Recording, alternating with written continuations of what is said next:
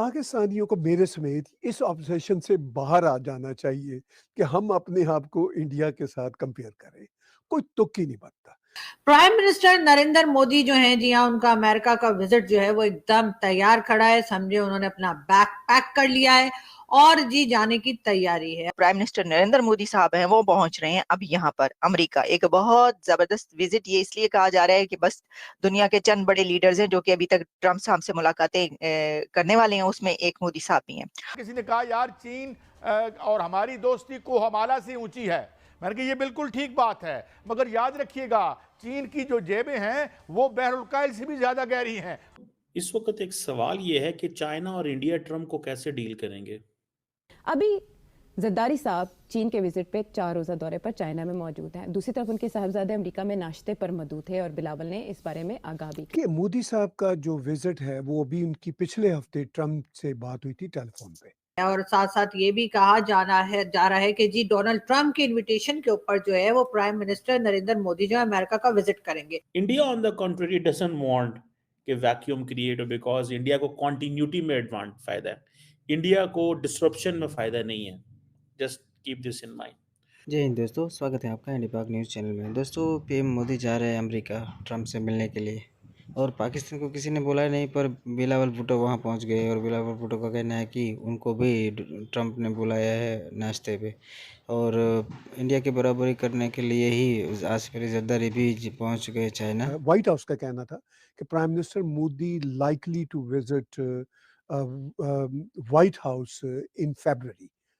अब डेट भी almost confirm हो गई है कि 13 फरवरी को प्रोबेबली लाइकली मोदी जी वहां पहुंच रहे हैं। डोनाल्ड ट्रम्प या अमेरिका के जो प्रेसिडेंट हैं इस वक्त डोनाल्ड ट्रम्प, उनके और पीएम मोदी के बीच में ये बात हो चुकी है, या कह लीजिए कि हिंदुस्तान की गवर्नमेंट इस बात के लिए तैयार है कि हिंदुस्तान के तकरीबन 20,000 लोग जो कि अमेरिका में इलीगल तौर पे रह रहे हैं उनको वापस भेजा जाएगा। चाइना विजिट, आसिफ अली जरदारी साहब के इस विजिट से क्या टारगेट्स हैं? देखिए, चाइना के बारे में हमने इस प्रोग्राम में जिक्र किया है कि Chinese are very upset with Pakistan, और चाइनीज़ ये इल्ज़ाम लगा रहे हैं आपके ऊपर कि आपने अमेरिका के कहने के ऊपर इसको रोक दिया। कोई प्रेशर आ रहा है इधर वेस्ट से जो हमारे दिल में बहुत मोहब्बत जाग गई, और खुद शी जिनपिंग भी आए। देखिए, चाइनीज़ जो स्ट्रैटेजी है ना इंडिया को ट्रम्प को डील करने की, वो ये है कि the more Trump will create disruption at the international stage, the more China will take advantage. BRICS यानी कि जिसमें के कई कंट्रीज शामिल हैं, जिसमें भारत भी शामिल है, उसमें जी भारत और इंडोनेशिया 2 कंट्रीज ने ये फैसला किया है कि वो जो भी डील करेंगे, जो भी ट्रेड करेंगे, वो अपनी लोकल करेंसी में करेंगे और डॉलर में नहीं करेंगे। अमेरिका की ख्वाहिश है कि भारत उनसे ज़्यादा से ज़्यादा वेपनरी खरीदे। अब ये बात आप ज़हन में रखें कि अमेरिका हर एक को वेपनरी खरीदने की ऑफ़र नहीं करता। अमेरिका कभी चाइना को अपनी वेपनरी नहीं बेचेगा, रशिया को नहीं बेचेगा। अमेरिका उनको ही अपनी वेपनरी बेचता है, जैसे अरब कंट्रीज़ हैं या अब इंडिया है, जिनसे अमेरिका को कोई इनसिक्योरिटी नहीं होती। ये एक बहुत इम्पोर्टेंट बात है। अब ये डोनाल्ड ट्रम्प ने इलेक्शन जीता, ठीक है जी, और ट्रम्प एडमिनिस्ट्रेशन जो है वो टफ पॉलिसीज बनाएगी टुवर्ड्स चाइना। ये चाइनीज को पहले ही पता था। Trade wars, tech wars, confrontation on over Taiwan. सदर जरदारी का वहाँ पर जो दौरा हुआ है ये रियासत का दौरा है, और ये जो बयान दिया है ये रियासत का बयान है। रियासत टू रियासत, यानी एक सदर दूसरे सदर से मिल रहे हैं और सदर कह रहे हैं कि सबसे पहले चीन और उसके बाद बाकी जो है वो मुल्क। फिर उन्होंने कहा कि हम दोनों देश आपस में जो मिडल ईस्ट की सिक्योरिटी है उसके हवाले से भी बातचीत करेंगे, इंडो पैसिफिक की सिक्योरिटी के हवाले से भी बातचीत करेंगे, और यूरोप की सिक्योरिटी के हवाले से भी बातचीत करेंगे।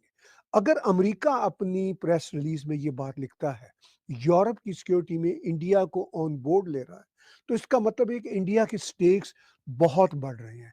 पाक चाइना राहदारी, उस पर जो है वो बहुत बड़ा जो है फैसला कर लिया गया है, और ये कहा गया है कि बेल्ट एंड रोड जो है वो हर सूरत बनेगी, और न सिर्फ हर सूरत बनेगी बल्कि इस पर जो है वो काम तेज कर दिया जाएगा और तमाम तजारत जो है वो पाकिस्तान के रास्ते से होगी।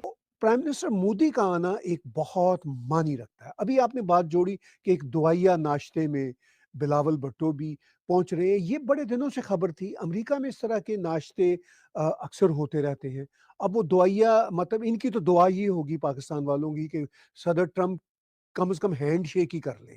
क्योंकि देखिए फ्रैंकली एक तो वो कोई इन्विटेशन प्रेज़िडेंट ट्रंप की नहीं होगी। तो पाकिस्तान की तरफ से तो बस इतना ही एक दुआइया इनका काम है कि अगर बिलावल भुट्टो का हैंडशेक हो जाता है तो वो फ़ोटो पाकिस्तान के सारे मीडिया बार-बार दिखाएँगे कि जी देखिए हमारे बिलावल भुट्टो साहब ने सदर ट्रंप से मिल लिया। इस तरह की फ़ोटो आप भी थोड़ी-सी कोशिश करें, थोड़ा-सा वक़्त निकालें तो खिंचवा सकती हैं ट्रंप के साथ।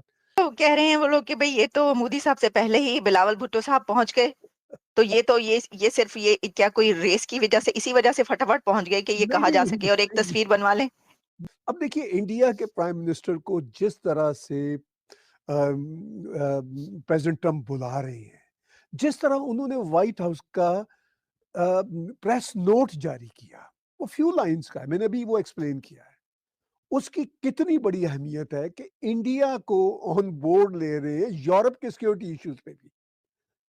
पाकिस्तान को तो पहले वो ऑन बोर्ड लेते थे अफ़गानिस्तान के सिक्योरिटी इश्यूज़ पे, वो भी अब नहीं लेते। कि इंडिया को किस इश्यू पे ऑन बोर्ड लिया जा रहा है? यूरोप की सिक्योरिटी के इश्यूज़ पे, इंडो पैसिफिक की सिक्योरिटी के इश्यूज़ पे, मिडल ईस्ट की सिक्योरिटी के इश्यूज़ पे। पाकिस्तान मिडल ईस्ट का मामा बना होता है, वो पाकिस्तान को अफ़गानिस्तान से ज़्यादा कहीं पे ऑन बोर्ड नहीं लेते थे, अब वो भी उनके रडार पे नहीं है। तो इनकी बेचारों की यही होती है कि क्वाड का इजलास तो पाकिस्तान में हो नहीं सकता, ज़ाहिर है उसका वो मेंबर नहीं है और उसकी हुँ। इतनी औकात भी नहीं है।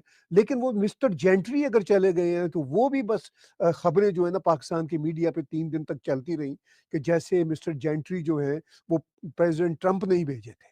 अब इंडिया के साथ जो अमेरिका के रिश्ते हैं, वो बहुत ऊँचाइयों को छू रहे हैं। India one of the 5 stakeholders of the world है। अब मैं नाम भी गिनवा देता हूँ, अमेरिका, चाइना, यूरोपियन यूनियन और किसी हद तक रशिया। मैं तो ये कहूँगा कि 3 या 4 जो बड़े स्टेक होल्डर हैं, उनमें से इंडिया एक है। अमेरिका के लिए तो च रशिया बाद में आता है, इंडिया पहले आता है।